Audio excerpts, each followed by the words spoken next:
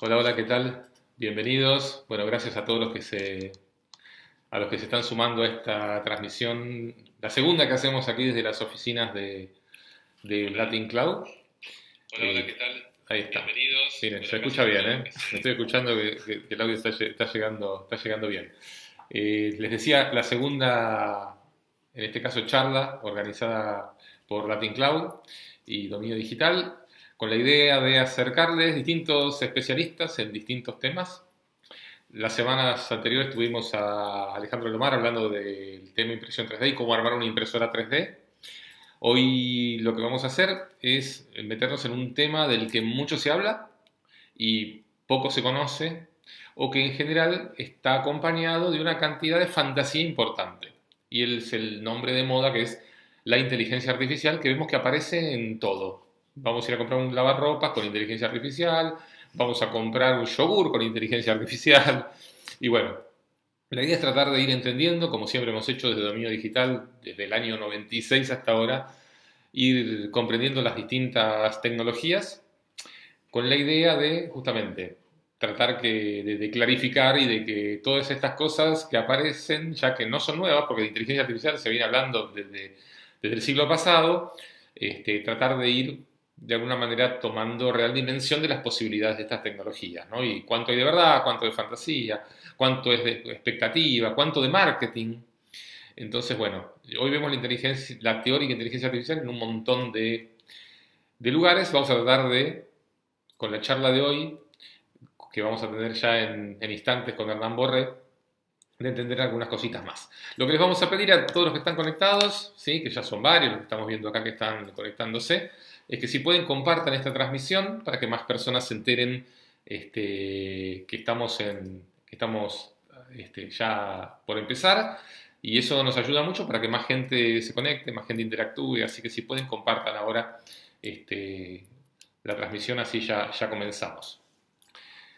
Así que bueno, cuéntenme si me están escuchando bien, yo creo que sí.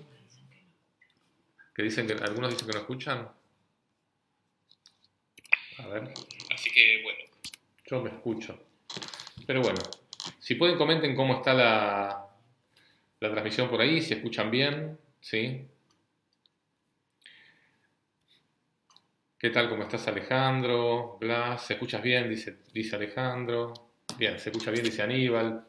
Así que vamos a tomar este feedback que desde ya les agradecemos, ¿sí? Bueno, vamos a ya dar comienzo a la charla. Está aquí a mi lado, ya lo pueden ver, el señor Hernán Borré. Hernán es ingeniero en sistemas de la UTN. Durante 8 años se dedicó a lo que es el desarrollo de software. Y después hizo también, entre tantas cosas, un máster en inteligencia artificial en la Universidad de Essex, en el Reino Unido, durante un año, ¿verdad? un año. Un año estuvo estudiando el tema de inteligencia artificial. Además es consultor, implementador, bueno, tiene toda una actividad vinculada al tema de inteligencia artificial muy importante. Así que, bueno, gracias a todos los que están conectados y si les parece, damos inicio entonces a la charla de Hernán. Gracias. Gracias por Todo la suyo. invitación, a vos, a Latin Cloud, a todo el equipo. Bueno, como decía Claudio, hay mucha expectativa de esta charla. Le mando un saludo a todos mis amigos que están ahí, hace todos mis tecnológicos amigos que están haciendo el aguante en online, y a todos los que se van a ir sumando ahora.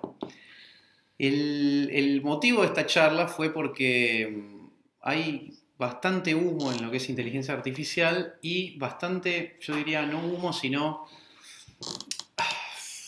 bastante optimismo o exceso de palabras que pueden llegar a dar malentendidos y volvernos a asumir en lo que se conoció como los 2 inviernos de la inteligencia artificial, y eso sería un problema.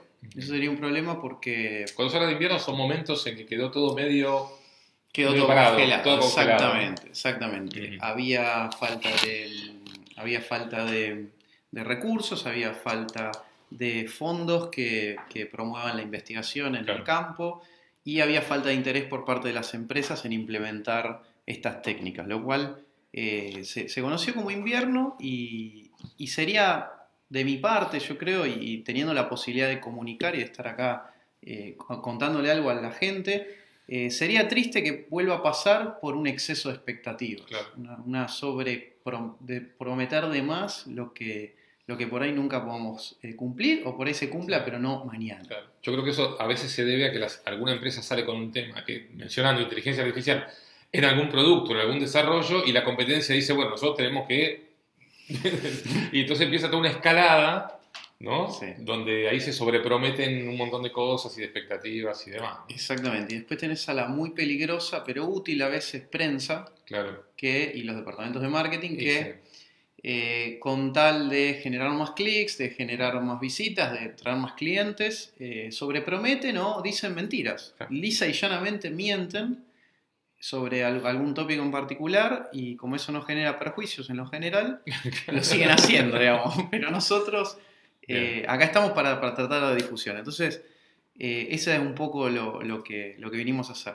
Después hubo una votación de a ver si hacíamos inteligencia artificial y mitos versus deep learning o aprendizaje profundo. Ganó aprendizaje profundo por muy poquito, así que nos pareció una picardía no entrar y no hacer quizás una introducción a inteligencia artificial y después sí meternos más con deep learning. Bien. Así que, si te parece, arrancamos. Bueno, tenemos tiempo hasta las 8. Vamos a dejar un ratito para preguntas también, ¿sí? Bien. Así que bueno, bien. Arranque nomás. Bueno, yo en esta primera imagen que tenemos acá, en la primera slide, puse, esto es una función que la ven graficada en 3 dimensiones y está lo más alto, digamos, de esta función, lo que sobresale está en rojo y así va en distintos niveles hasta lo más azul oscuro, digamos que es lo que está más abajo. Y es un poco lo que yo les quiero dejar de toda la charla, que en realidad vamos a hablar más de matemática y vamos a hablar de ciencia y no tanto de ciencia ficción. Y quería arrancar con esto porque ahora más adelante la vamos a ver esta función y por qué o cómo una máquina termina aprendiendo algo. Entonces ya pasamos con la slide, la que viene, y para hacer continuar con esta introducción, lo que me gustaría contarles es la diferencia entre inteligencia artificial general y específica. La inteligencia artificial general, que muchos dicen, no existe, no hables de eso, eso no sirve. Sí existe, está definido, si lo quieren buscar en internet van a encontrar la definición. No es que alguien tenga una definición súper estricta de esto, pero básicamente es la inteligencia artificial a la que apuntaremos algún día, o a la que apuntamos algún día a obtener, que es la que pueda resolver problemas sin nuestra mano, sin nuestra ayuda, sin que un humano esté detrás de eso resolviendo los problemas. Y otro tema de eso también es que puede resolver a través de aprender una cosa, después puede resolver otro problema que no tiene nada que ver con el que empezó. Eso también tiene otros nombres, algunos lo llaman catastrophic forgetting, pero básicamente es el hecho de la singularidad, ¿no? de poder alcanzar que una máquina, que un ser no vivo sea inteligente a través de algoritmos o alguna técnica que supere o iguale al humano. Eso es lo que se llama inteligencia artificial. Cuando no podamos distinguir. Claro. Que hoy, por ejemplo, con los bots no nos pasa. No nos pasa. Cuando nos sentamos con el banco y la segunda, tercera cosa ya dice no entiendo. Exactamente. Y eso es solamente un pequeño ejemplo. Después tenés, puede ser que le enseñes a un auto a manejar muy bien y que ese auto maneje bien en ciertas carreteras, en ciertas calles, en cierto escenario, y que de repente lo pones en la arena y no sepa qué hacer, porque solamente tiene agua y arena para andar, y no ve las líneas, no ve las marcas del tránsito, etc.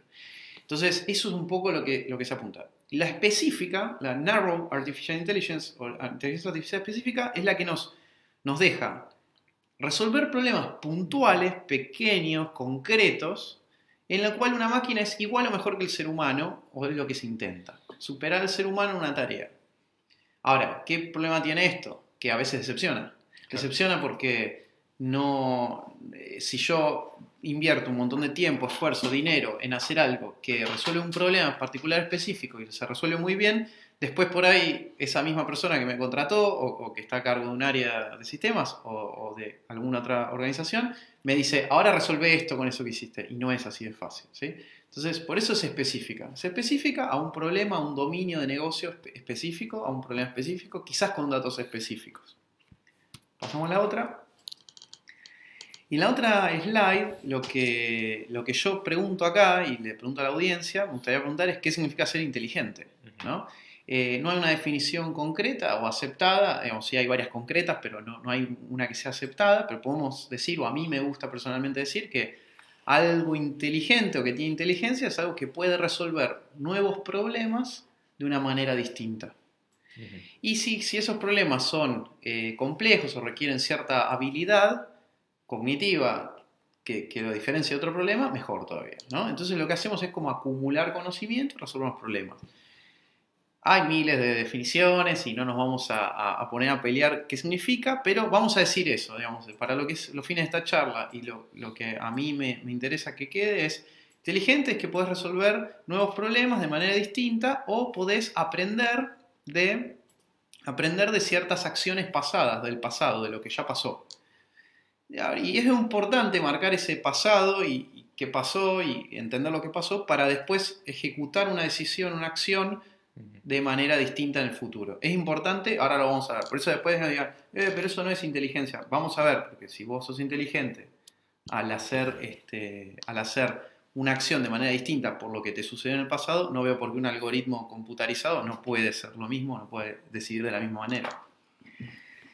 Bueno, esta slide que preparamos acá es sobre qué sí que no es Machine Learning. Así, muy rápido para que se entienda. Todo lo que es heurística no es Machine Learning. ¿Qué es heurística? Es reglas. Reglas predefinidas. Porque reglas no predefinidas, si una máquina, un algoritmo pudiera crear reglas que no están predefinidas de la nada, digamos, o de su pasado, eso sería en cierta manera inteligencia, ¿no? Ahora, si yo tengo reglas predefinidas, por ejemplo, no dejar entrar a este niño al sitio web si es menor de 18 años, eso no es una regla, eso es una regla predefinida, no hay nada especial en eso. Es un if, como conocen en programación, decimos usualmente. Entonces, eso es una regla, es una heurística. Está predefinido, lo sabes de antemano, es relativamente sencillo de resolver. Otorgar un préstamo a un cliente bancario en el cual vos sabés que si el cliente tiene un trabajo en blanco por más de un año, hace más de un año, ganando más de $100 por mes, o 500 en este ejemplo que tenemos acá, y además es mayor de edad, yo le puedo otorgar un crédito. Son reglas, ¿no? Es si el cliente tal, si no tal cosa, entonces hago esta acción. Eso no es Machine Learning. ¿Está bien? Eso, si se quiere, es programación o en la cabeza de uno es toma decisiones, ¿no? Es un árbol de decisión y uno va decidiendo en base a 2 o 3 o 4 parámetros, es algo simple de resolver. Ahora, si seguimos más adelante, acá tenemos dos ejemplos, no, perdón, la anterior, tenemos dos ejemplos en esta misma slide que nos dan, tomamos la ruta más corta, teniendo en cuenta parámetros variables en el tiempo y varios factores externos que modifican mi decisión de cuál es la ruta más corta, variables también. Es un problema multidimensional, tiene muchas dimensiones, no solamente me estoy fijando en el sueldo y la edad, sino que acá podemos tener otros problemas como la lluvia, la hora del día, el día del año. No es lo mismo en diciembre en Capital Federal que en agosto. Y tenemos en cuenta otros factores de distancia, etc. Esto se puede ver como un problema de Machine Learning. ¿Por qué? Porque cada vez que yo voy a ejecutar la ruta, tengo un montón de parámetros que además cambian todos y además estoy prediciendo algo que no es fijo, que va a ir cambiando también a través del tiempo. Entonces, esto se puede considerar Machine Learning, tiene un grado de complejidad en el cual vas aprendiendo a través de un montón de reglas y de información, de inputs, de entradas que van a tu sistema, vos los procesás con algún algoritmo, no importa por ahora cómo, vos los vas a procesar y en base al pasado, a otras experiencias de otros usuarios, de cómo agarraron los caminos, cuando había lluvia, en ese momento del día, en ese horario, en ese mes, cuando vos agarras un camino y ese camino salió mal, la idea es que vos aprendas y que ya la próxima no te equivoques o te equivoques con otro camino, no con el mismo. Claro. O que avises, mira, este camino es más lento. Eso es un problema suficientemente complejo, fue bastante complejo explicarlo. O sea, imagínate lo que es resolverlo con simple computación, con un par de ifs. Y el otro tema, que es el ejemplo clásico de Machine Learning, es detectar si un mail es spam o no. Con reglas del estilo, si no tiene tu nombre y apellido, entonces es spam. Entonces, ¿qué hicieron los que mandaban mail? Empezaron a mandar tu nombre y apellido dentro del cuerpo del mail. Claro. Entonces, se hicieron muchos avances con esto de spam, con Machine Learning, es sin necesidad de crear una regla específica, sino entendiendo todos los mails que la gente marcaba como spam y los que la gente decía esto no es spam, terminaron haciendo un algoritmo que les permite, con cierto grado de accuracy, de eficiencia, permite separar, clasificar entre spam y no spam. Y ahora sí. Yo cuando voy a mi carpeta de spam de Gmail, realmente me llega muy poco spam en general y lo que está ahí realmente es spam. O sea, funciona bastante bien. Es raro que encuentre un mail, a veces me pasa, de pronto, bueno, vas a hacer una compra online y que te llegue, no sé, un mail de confirmación de la compra, a veces puede caer en spam, pero en general eso lo vemos y funciona muy bien. Sí, está andando muy bien. Bueno, acá, sí, ya metiéndonos en lo que es Machine Learning, ¿no? Aprendizaje de máquinas, tenemos tres tipos, al menos que hoy los seres humanos, digamos, nos comunicamos así, nos entendemos y hablamos de estos tres tipos de aprendizaje. Entonces ya yo te encasillo en qué tipo de problema estás tratando de resolver. Es como decirle el instrumentador quirúrgico habla el mismo lenguaje que el cirujano y dice, pasame tal llave, tal pinza, tal bisturí, y se entienden. Esto es lo mismo. Para problemas de aprendizaje automatizado, nosotros tenemos tres principales tipos de aprendizaje. Uno es el supervisado, otro el no supervisado y el último el semisupervisado, o algunos le dicen el aprendizaje reforzado.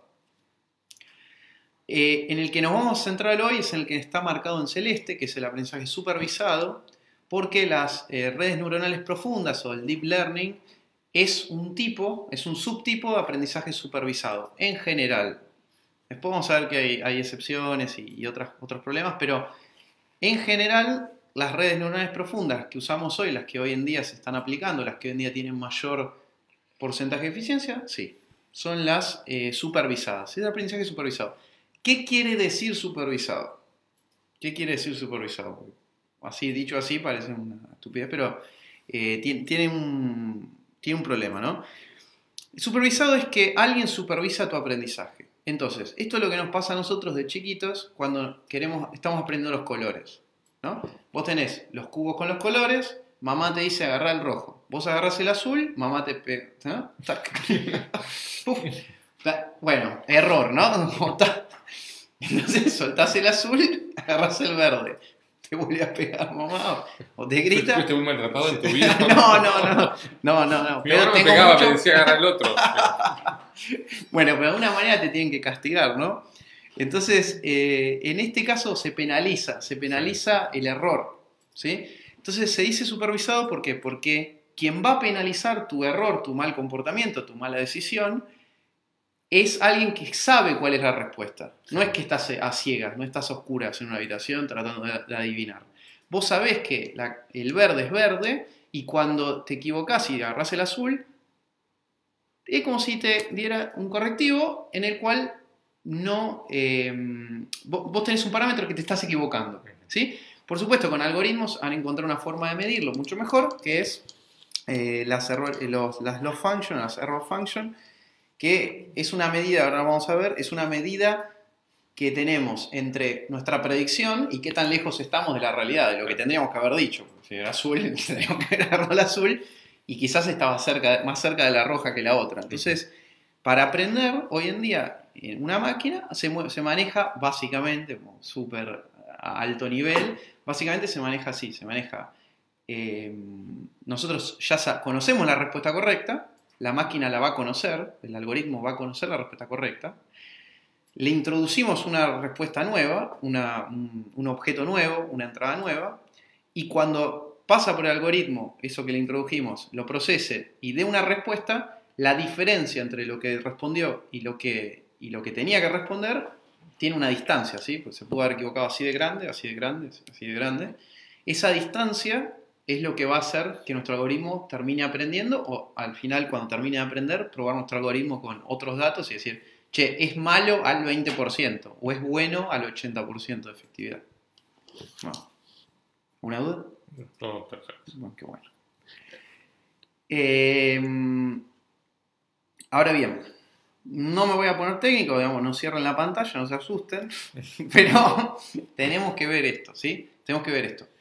Si nos acordamos de las funciones de cálculo, las que veíamos probablemente muchos en la secundaria y algunos tuvimos la suerte de después verlas en la carrera de grado o en posgrado. O en doctorado, bueno, te cansás de ver esto. Pero bueno, el tema es, ¿una función qué es? Una función es un mapeo. Es un mapeo entre un dato de entrada y una respuesta, un dato de salida. O sea, podríamos decir que esa x, f de x igual a y, que esa x que está en nuestra función es nuestro dato de entrada, es lo que va a ir cambiando.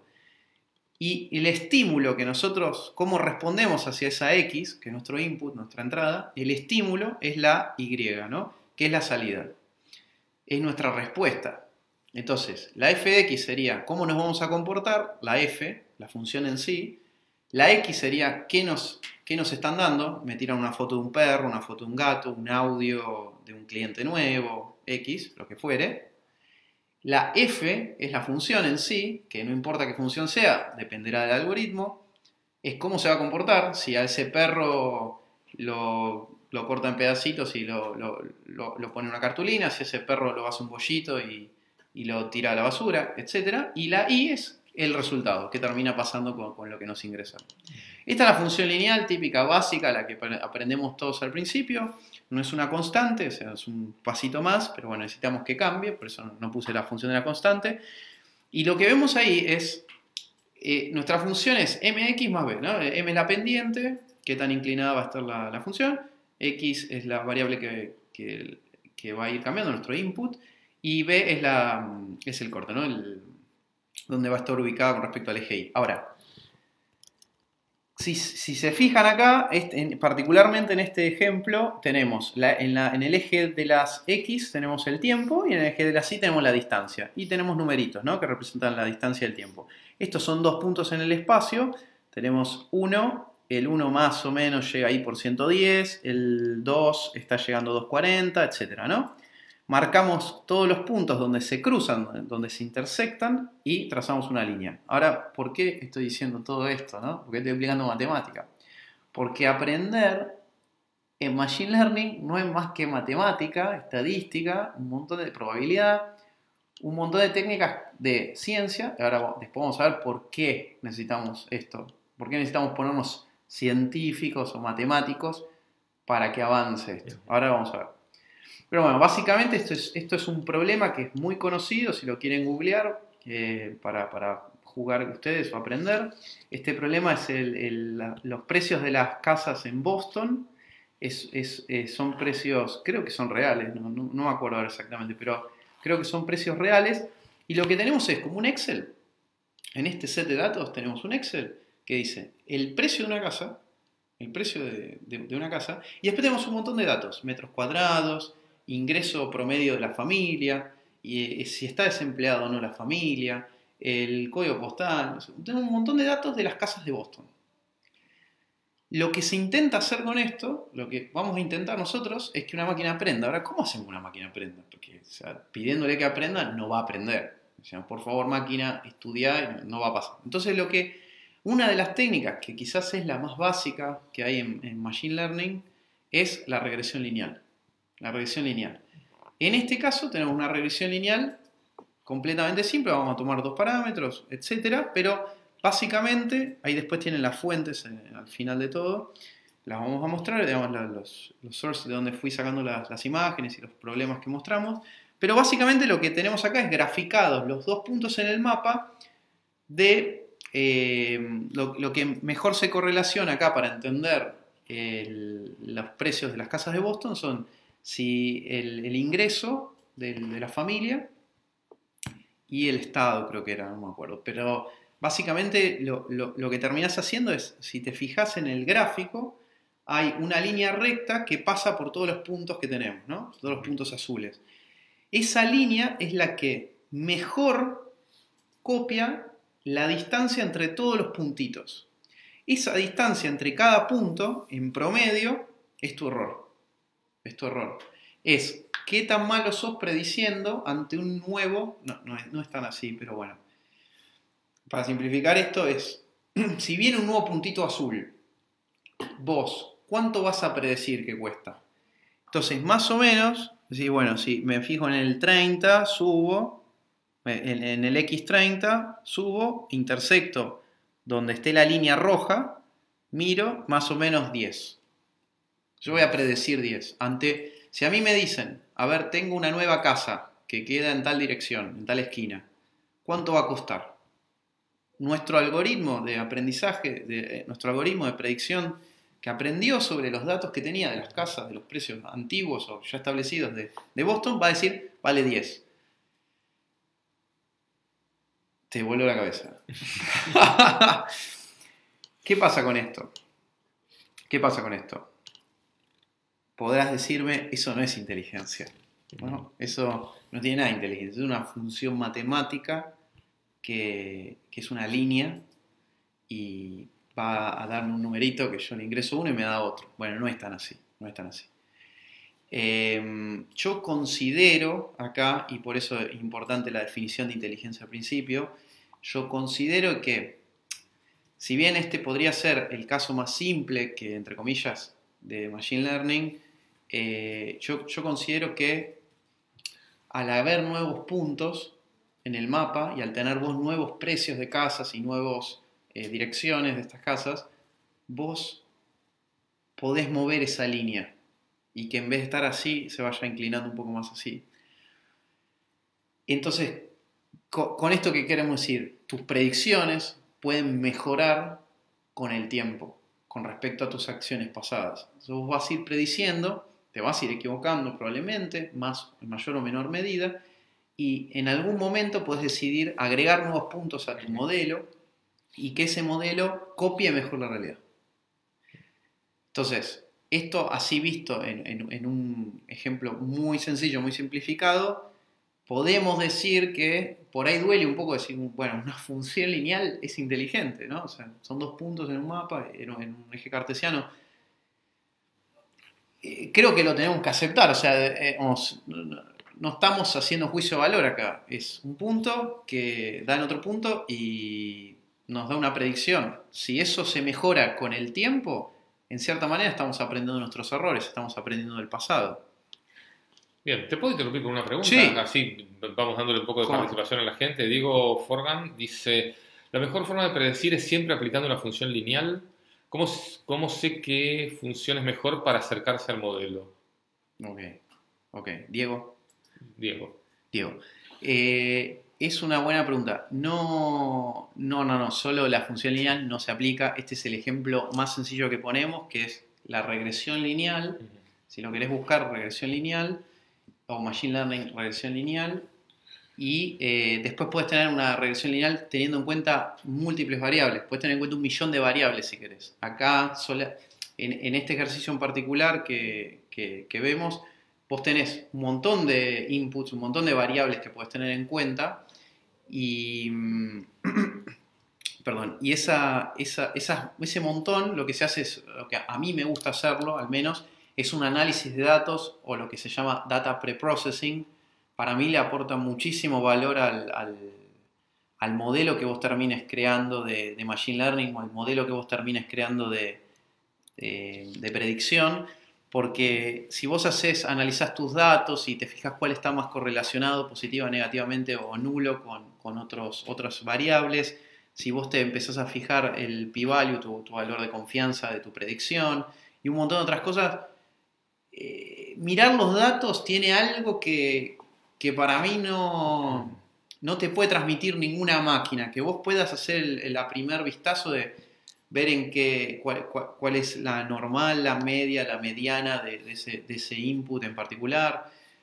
tiene un montón de cosas que están buenas para después poder saber quizás qué método tomar, ¿viste? Hay mucha gente que ya ve algo y dice, hagamos deep learning, o esto ahora no me sale, va ensemble methods, hagamos random forest, ¿no? O XGBoost, que son técnicas también de machine learning, que son las que hoy en día ganan las competencias o están arriba, que son las que mejor predicen, pero la verdad que por ahí a veces hacer una red neuronal para un problema muy sencillo no tiene ningún sentido. O sea que no siempre es una línea, no siempre es la mejor, al contrario. Una línea, el mundo es no lineal, la vida es no lineal, ¿no? No podemos decir blanco o negro y separarlo así. Entonces, creo que el ejemplo de la línea está bueno para entender, empezar a entender de qué se trata, empezar a masticar estos términos que es machine learning o aprendizaje supervisado. Acá tenemos claramente, nos están diciendo cuánto debería valer una casa dependiendo de otro valor. Bien. Pero hay miles de ejemplos de esto, si quieren mirarlo bien, cómo se hace con código. Bueno, bien. Entonces, para hablar de Deep Learning también tenemos que hablar de qué es una red neuronal. Una red neuronal es parte de Machine Learning, o sea, está incluido en el conjunto de aprendizaje de máquinas, ¿sí?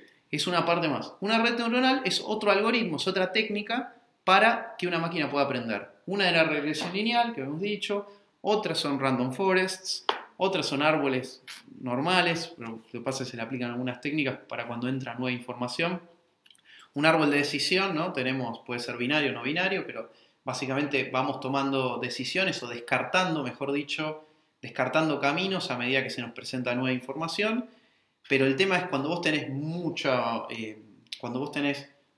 inputs, muchas variables. Entonces tenés una persona que vos tenés que determinar si te va a comprar el producto o no. ¿Qué mirás?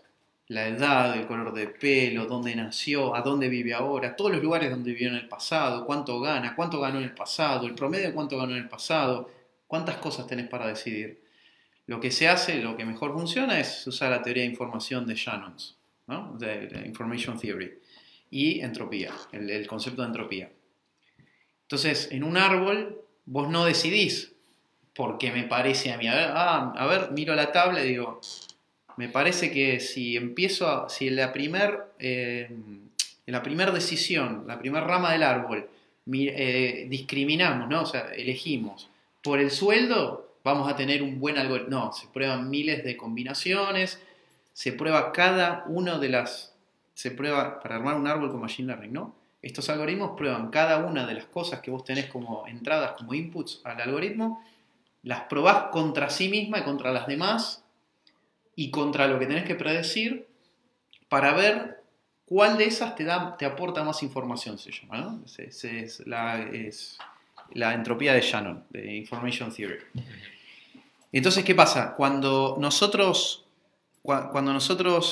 hacemos un árbol también es Machine Learning, un árbol, ahí se habla de pre-pruning, post-pruning, no importa. Técnicas que nos permiten crear árboles de una manera más eficiente o más linda que solamente nuestra agalla, digamos, nuestro conocimiento, nuestra experiencia. Después, por supuesto, alguien del negocio lo tiene que validar para que no estemos haciendo un desastre con los datos que teníamos del pasado, pero eso me parece interesante. Entonces tenemos árboles, regresión logística, redes neuronales, etc. Redes neuronales es una cosa. ¿Qué es una red neuronal? Trata de imitar la neurona. Está lejos de eso, ¿no? O sea, está muy lejos de eso. Cuando hablamos un poco del humo y lo que se dice es, si bien hay gente hoy en el Departamento de Investigación del Mundo, hay neurocientíficos y neuroinformáticos tratando de entender cómo funcionan las neuronas y de replicarlas, una red neuronal de Machine Learning, de la que hablamos en inteligencia artificial, está lejos de ser una red neuronal humana. Ahora, ¿qué pasa? El término es lindo, suena bien, más o menos se entiende, y ahí tenemos una foto de una red neuronal que anda, porque las primeras que se plantearon, las primeras redes neuronales, si no me equivoco, fue en los 70s.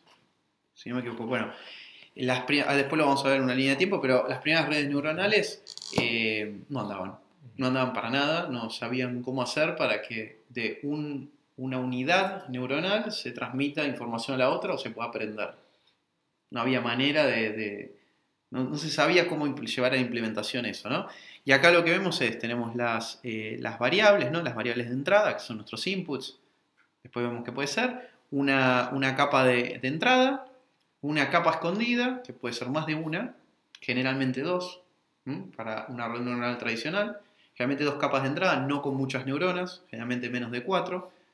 Esto es como experiencia y lo que se hizo, ¿no? Pero después vamos a ver por qué, pero básicamente si vos pones más neuronas más neuronas o más capas, por cómo está planteado el aprendizaje en una red neuronal, por la matemática que usa, vos no podés llevar el error. Lo que se conoce es como lo que se conoce como se te hace muy chico el error, entonces ya cada cosa que vos ingreses errónea, digamos, como el reto, tu error no va a ser lo suficientemente grande como para mover la aguja de tus neuronas.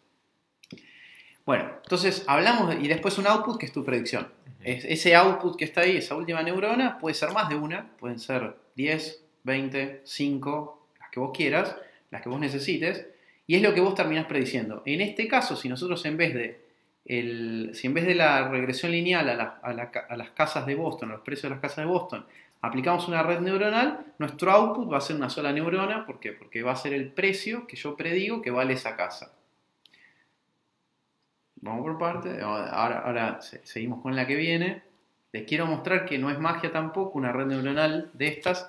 Esta es la que más se conoce y es en la que más o menos se basan todas las demás.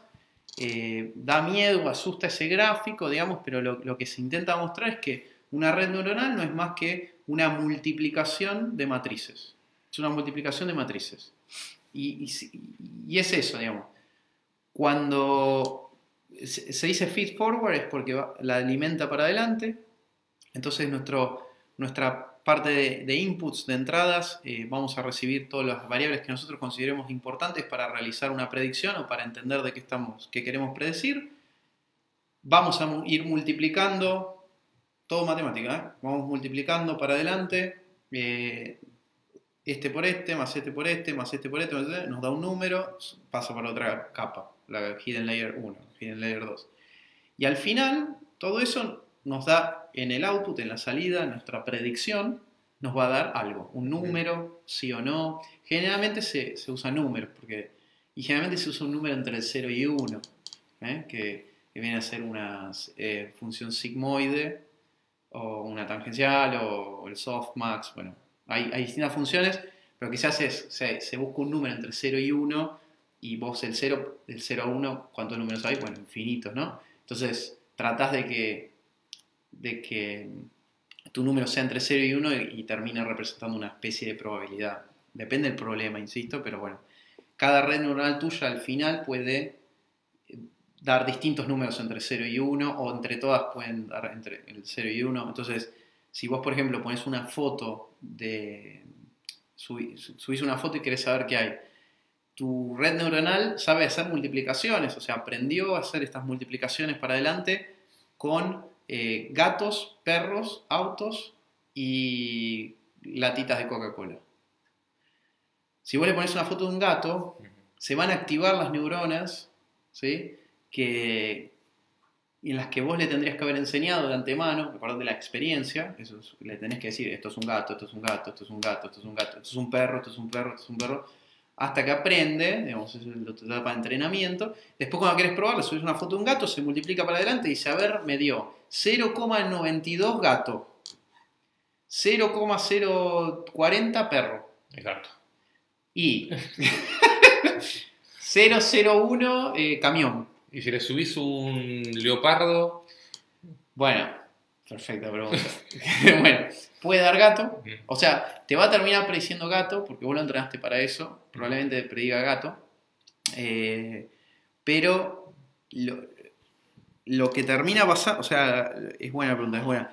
Hay un montón de papers y de investigación acerca de cómo hacer confundir a una red que aprendió, cómo hacerla confundir, cómo hacerle trampa para que prediga otra cosa. Y esto es terrible porque hay algunos papers que modifican pocos píxeles de una foto de un gato, claramente es un gato, y le modificaste un par de píxeles y eso hace que la red se confunda y te diga que no es gato.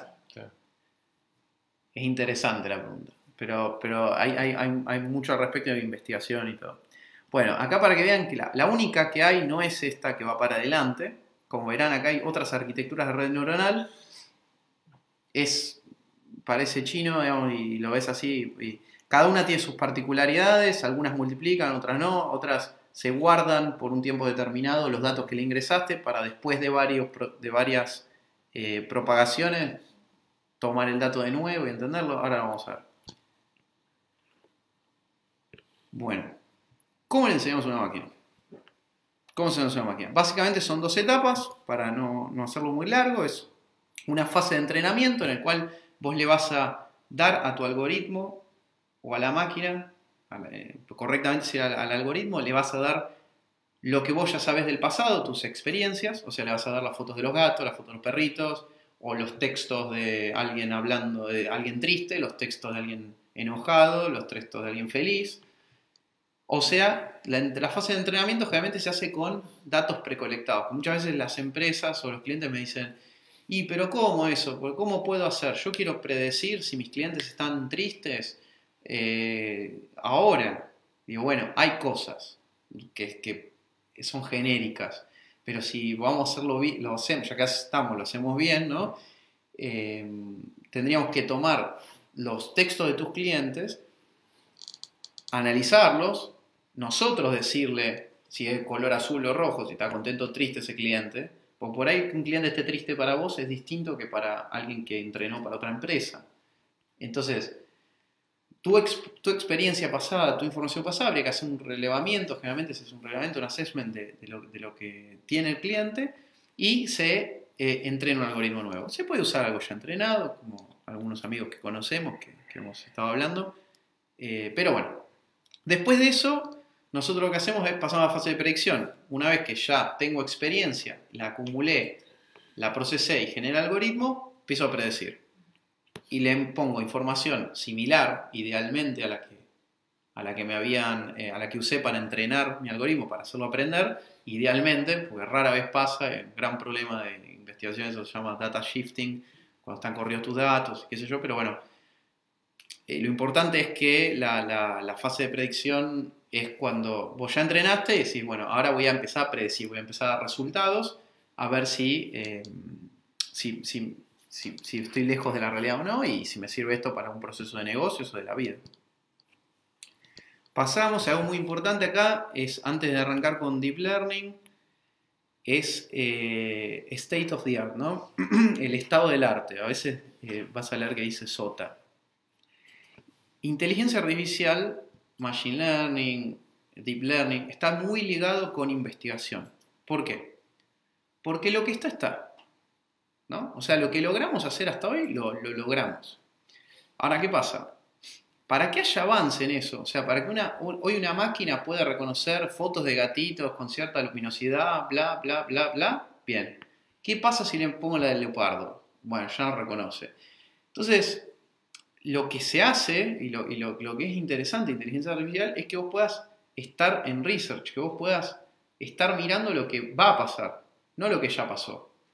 Y eso es algo que lo tengo que decir porque hay mucho desconocimiento del tema y uno por ahí dice, no, porque si yo aprendo a programar en Python voy a poder crear un robot que sea súper inteligente. No, o sea, ¿por qué está tan pegado con el research? Porque lo que está hecho ya está, ya lo logramos.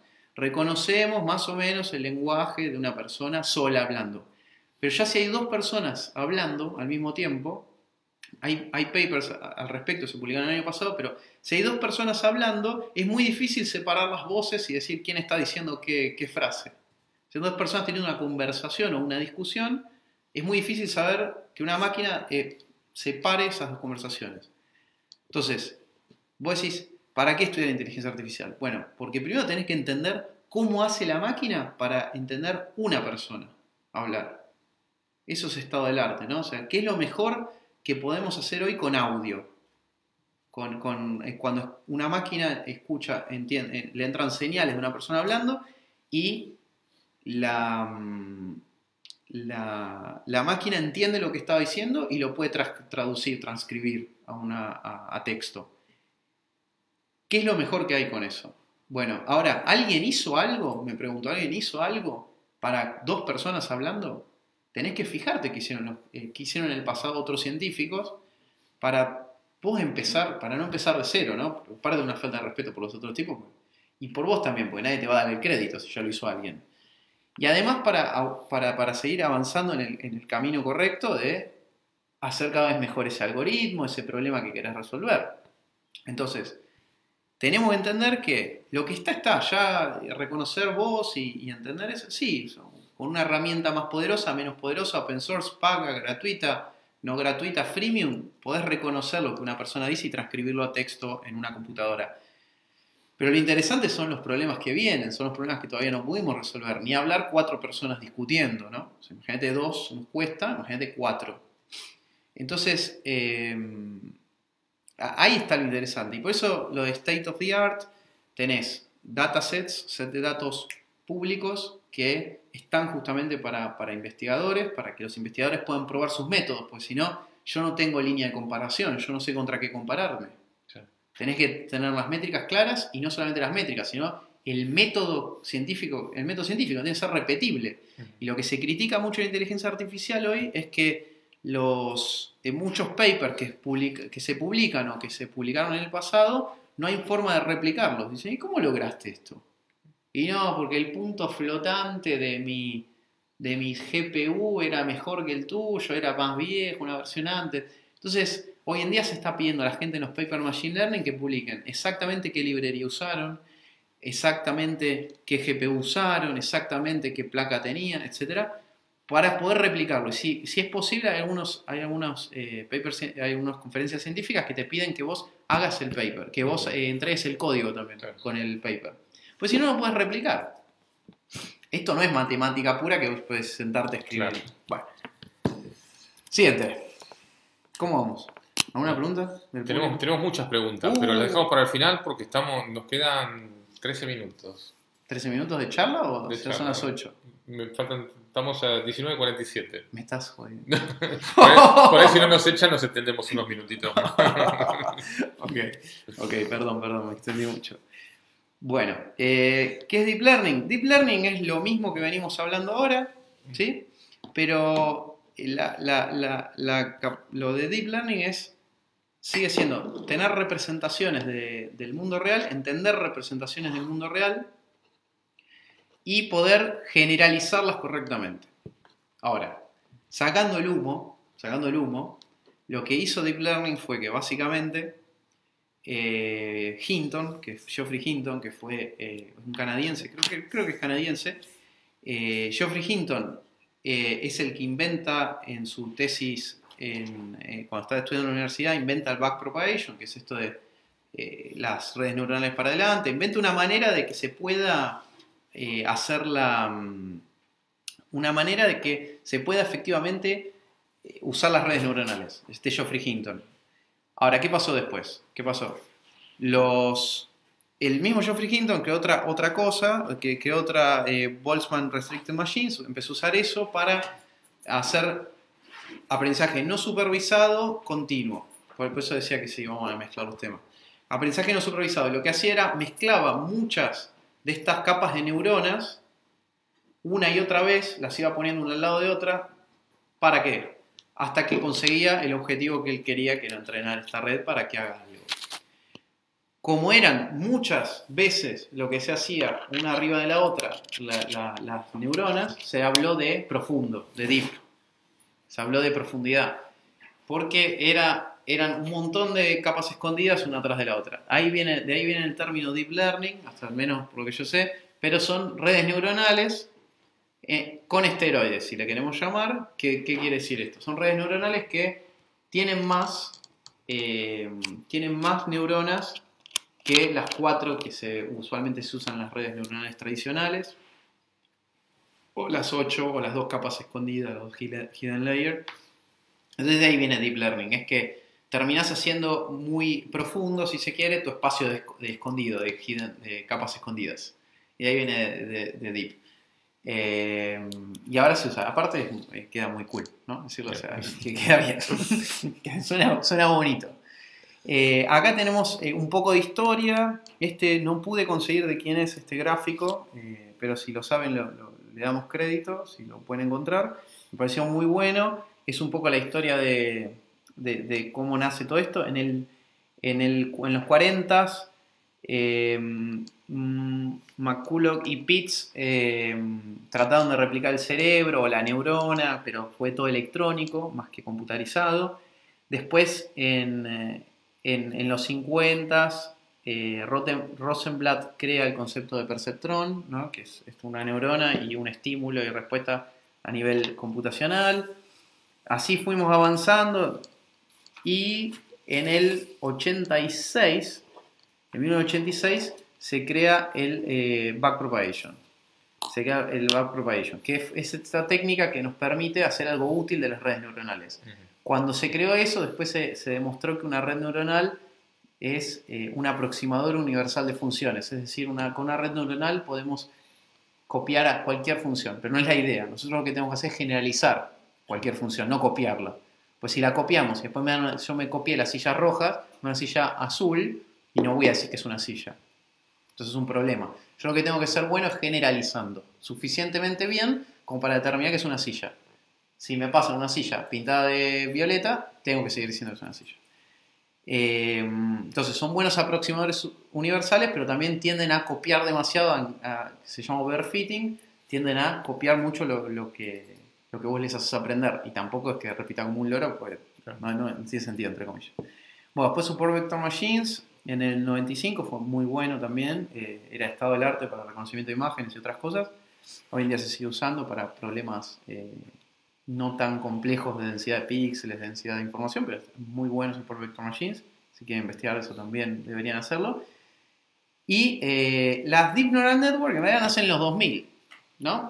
Se dice que de antes ya se había inventado el término, porque en realidad las Deep Neural Network, las más famosas, son las que, bueno, esto es lo que les decía, de que una Deep Net lo que aprende es las características intrínsecas de los datos. Características intrínsecas. No las memoriza, no las clava, ¿entendés? No las hardcodea, como decimos en el sistema. Las aprende de alguna manera. ¿Cómo las aprende? Y esta fue me gustaría ya ir cerrando con esto, es con las redes convolucionales. Las redes convolucionales, CNN o Convolutional Neural Network le dicen, que estalló el tema de una competencia que se hacía todos los años de imágenes en las que vos tenías que clasificar objetos. Entonces, si te paso una imagen y es perro, te paso otra imagen es avión, te paso otra imagen es gato, te paso otra imagen es tren.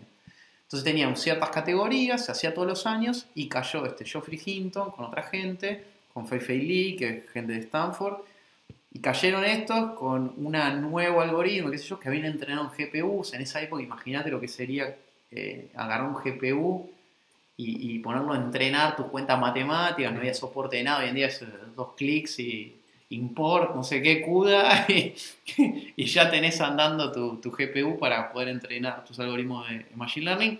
Pero en ese momento el tipo medio que como un artesano dijo, ¿esto qué hacen las GPU? Multiplican matrices. A Disney agarró así y empezó a hacer sus experimentos con GPU y ganó esa competencia, se hizo muy famoso. Pasamos a la otra igual también, esa también. Ese es un ejemplo de arquitectura, pero vamos, lo pasamos. Esto, quiero que se queden con esto de Deep Learning. Fíjate que entra una fotito, acá al principio entra una fotito de un perrito, ¿no? Y lo que se hace es, a través de max pooling o de convoluciones, a través de convoluciones nosotros tomamos los mejores rasgos de ese perro, los más característicos, del rasgo más genérico, si se quiere, al rasgo más específico.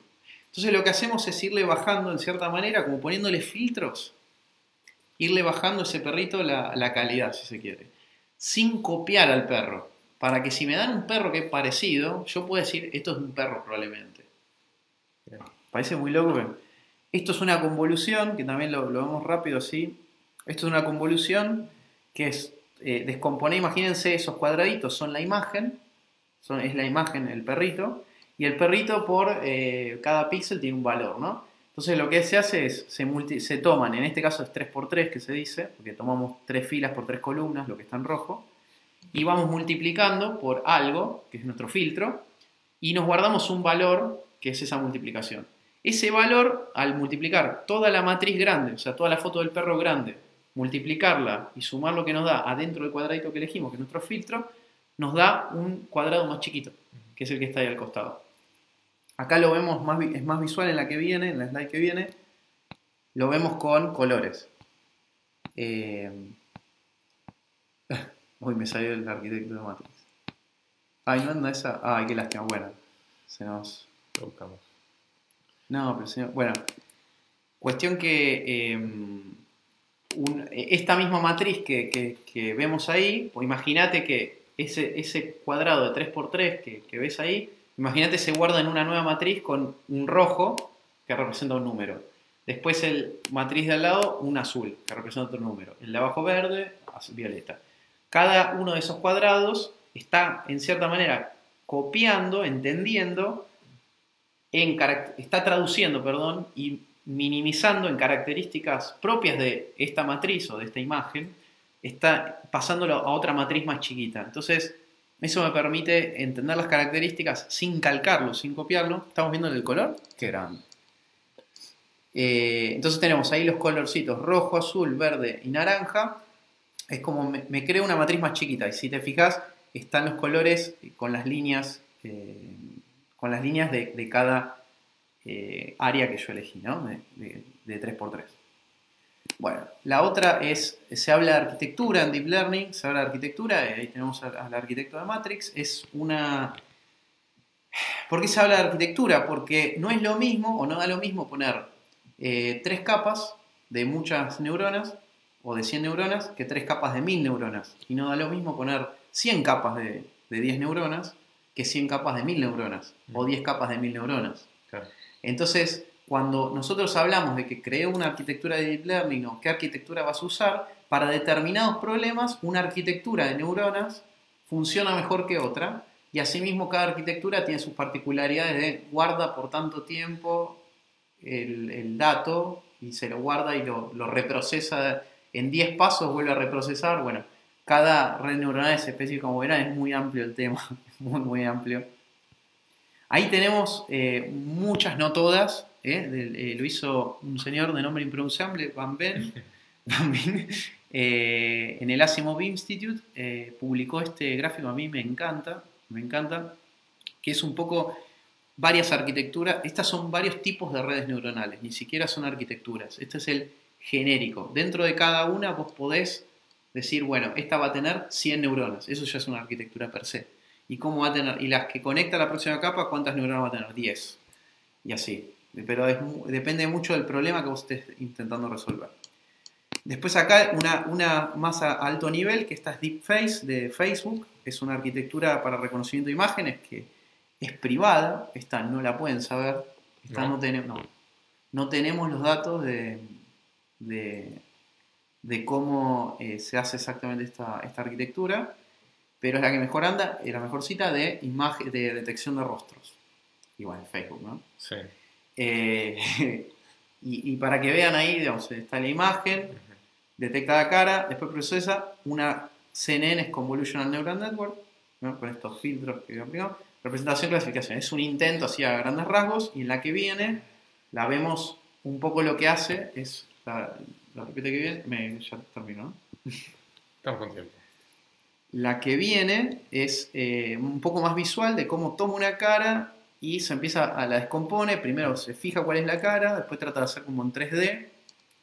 Y ahí lo que ven ustedes son las convoluciones, ¿no? O sea, en una capa 1, primero entiendo los rasgos más específicos, después un poco más genérico, y la voy achicando la foto. Hasta que después termina saliendo en una predicción. No sé si viste el dominio digital de la semana pasada en el programa, que mostramos el caso justamente de Facebook, que un amigo nuestro, Maximiliano Firman, subió una foto de su abuelo, que era muy parecido a él, y Facebook le dijo, ¿este sos vos? No. Y si vos ves la foto de la idea del abuelo, sí, son bastante parecidos, abuelo con bigote, pero realmente muy parecido, y Facebook Lo confundió y en el programa decíamos si esto no será una manera futuro de encontrar parientes perdidos, ¿no? Que de pronto te diga, o Sí. sea, hoy por el ADN todo se puede saber, pero de pronto también, justamente, che, esta persona es muy parecida a vos. Cierto. Qué líos que se pueden armar Cierto. también. No. Sí, sí. Bueno, se está usando, ahí tenemos la última slide, Sí. las aplicaciones, pero sí, probablemente se use y algún día, ¿no? Por ahí hoy no, pero se va a usar seguro y hay algo que me volvió a la cabeza que pasó hace poquito, digamos, el grupo de DeepMind, es como el departamento de inteligencia artificial de Google, Sí. investigaciones de Google, ganó una competencia, pero los smasheó, los mató al último campeón, al que mejor lo hacía, de predicción de estructura proteica, de cómo se ensamblan en 3 dimensiones las proteínas. Terrible, pero le ganó por el doble, una cosa así. Y ni siquiera usó Deep Learning, usó no me acuerdo qué técnica, y después con eso separaba, digamos, por decirte algo, Support Vector Machines, y después usó una red neuronal normal, tipo una capa de 4, una hidden layer y el output. Así que ya estamos cerca de predecir el comportamiento de las proteínas, cómo se ensamblan. Después, aplicaciones, bueno, lo que hablamos de spam, predicción de fraude en tarjetas de crédito, descripción de imágenes, como si te muestro una imagen, si en esta imagen hay una mesa, una persona sentada y un café. O un paso más, ¿no? Hay un perro que está jugando. O un paso más, hay una persona comprando, otra cuidando a su hijo y otra cuidando son como más complejos, pero hay competencias de eso. Es decir, bueno, te pongo una imagen, segmentala, decime qué hay. ¿Entendés qué hay? Decís, a ver, hay un perro, una persona, una pelota, una góndola, y explica qué es. Entonces, más o menos armas una frase. Después, reconocimiento de caracteres, escritos, por supuesto, algo muy fácil, pero handwritten digits es muy bueno, no es perfecto hoy en día, pero avanzamos mucho. Procesamiento de lenguaje natural en Deep Learning también estado del arte, es lo mejor que puedes hacer hoy es hacer Deep Learning para todo lo que es texto y para lo que es voz y para lo que es imágenes. Eso que queda así como... Y ya quizás el año que viene no es más, así que aprovechen ahora. Bueno, ahí tenemos la bibliografía que les contaba, que accedimos a estas fuentes. Y gracias. Perdón que me extendí tanto. No, pero estamos bien de tiempo, apenas pasados unos minutos. Tenemos unos minutitos para hacer algunas preguntas. Acá la gente de Latin Cloud nos deja que nos quedemos. Entonces nos quisimos quedar después de ahora. Te leo algunas preguntas y los que tengan preguntas, mándenlas ahora. Son las 8 de la noche de este martes 12 de febrero. Estamos aquí en vivo desde Latin Cloud junto con Hernán Borré. Y acá, a ver, una de las preguntas dice, se me generan dos dudas. ¿Existe algún momento en que la red deja de aprender o constantemente mejora con el tiempo? Uy, qué buena pregunta. A ver, sí. Lo que hoy en día creo que más se usa y más funciona es lo que se llama offline learning, ¿no? O batch learning. Pero vamos a decirle offline. Lo que hacemos es, tenemos los datos del pasado, los pasamos por nuestro algoritmo, nuestra red neuronal o lo que fuere, y en base a eso la tuneamos, la hacemos aprender, la hacemos que entienda qué tiene que predecir, ¿no? El error, calculamos el error, vamos para atrás, modificamos, etc. Ahora, ¿qué pasa? Una vez que te está dando los resultados que vos esperás, que tenés cierta eficiencia, ¿no? Accuracy, que tenés resultados, predicciones decentes, lo que se hace es se deja de entrenar. Y pones ese modelo en productivo, si se quiere. O sea, lo pones a predecir. Sería muy peligroso hacerle hacer online. Me está explotando el celular. Ay, gracias. A ver, sería muy peligroso, muy peligroso hacer online learning, o sea, modificar nuestro algoritmo de predicciones en vivo.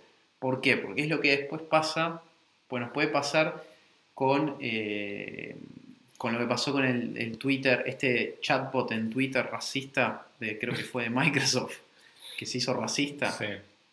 Y agresivo. ¿Por qué? Pues si yo estoy aprendiendo en vivo y mi input la información que me ingresa, ¿no? Para seguir aprendiendo es de calidad dudosa, o sea, o vamos a poner términos Si te matemáticos. enseñan mal, aprendes mal. Exactamente. Sería así, digamos. O sea.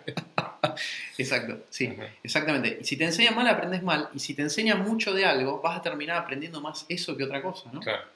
Entonces, es peligroso, es buena pregunta. Lo que generalmente se hace es, se entrena offline, se entrena Claro. en el laboratorio, y cuando vos tenés resultados dignos o que te parece que son aceptables, los pasas a producción sin que los nuevos datos modifiquen tus predicciones. Ahora, ¿qué pasa? Vos decís, pero no es inteligente, pues no aprende. Sí, aprende, pero no aprende en vivo. Claro. No es online learning, ¿no? O sea, vamos a decirle así, esa sería un poco la respuesta, sí.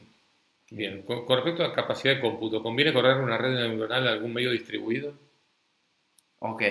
Correr, la predicción en sí, Sí. creo que no hace falta. O sea, al menos yo no conozco experiencias de gente que está haciendo predicciones en sistemas distribuidos, pero sí entrenarla. Hoy en día hay un montón, si quieren googlear, de entrenamiento de redes neuronales profundas en sistemas distribuidos.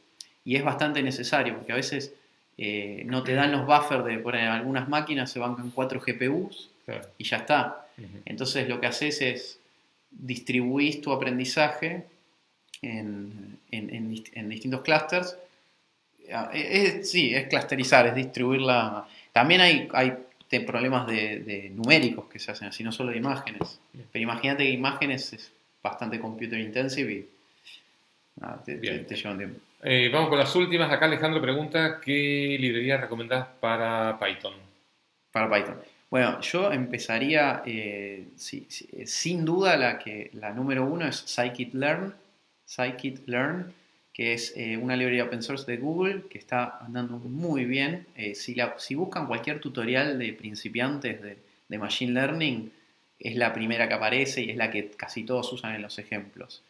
Y después, bueno, para hacer Deep Learning, generalmente yo y toda la comunidad lo que hace es prototipa en Keras con K, se llama, y después cuando vos querés tunear tu modelo y ponerlo más eficiente para los servidores en lo que vas a correr, las predicciones en vivo, ya se usa TensorFlow, se tunea más fine-tuning. También TensorFlow, Keras usa TensorFlow por arriba, es una capa de abstracción arriba de TensorFlow y está muy buena para arrancar. O sea, diría Scikit-learn y TensorFlow para lo que es Deep Learning.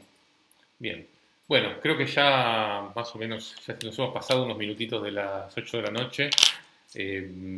Quiero desde ya, bueno, agradecerles a todos ustedes que nos hayan acompañado en esta segunda charla. Aquí gracias a la gente de Latin Cloud que permite organizar estos eventos y que busca con todo esto acercarle a los mejores profesionales de cada tema para que los tengan a mano, para que puedan, además de desarrollar temáticas tan interesantes como estas, pueden hacerle preguntas que incluso trascienden un poco el vivo, porque estos videos siguen circulando por las redes y demás, y la idea es que de alguna manera sigamos conectados y puedan seguir de alguna manera interactuando con nosotros, con Hernán, con otros usuarios también, porque acá tenemos gente también que sabe muchísimo, que está del otro lado y que puede hacer aportes y preguntas y comentarios interesantes.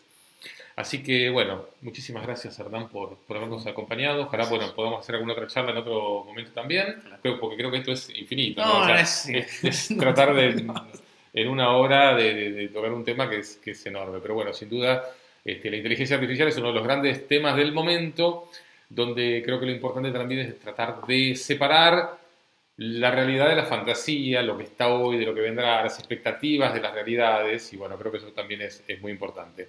A todos ustedes, bueno, muchísimas gracias por habernos acompañado. Nos volvemos a ver en un par de semanas con otra de estas conferencias y con Dominio Digital todos los miércoles a las 17 que estamos en vivo conversando de tecnología. Cambiamos a los viernes a las 17, también en vivo a través de nuestro Facebook Live. Bueno, muchísimas gracias a todos y nos volvemos a encontrar en otro momento.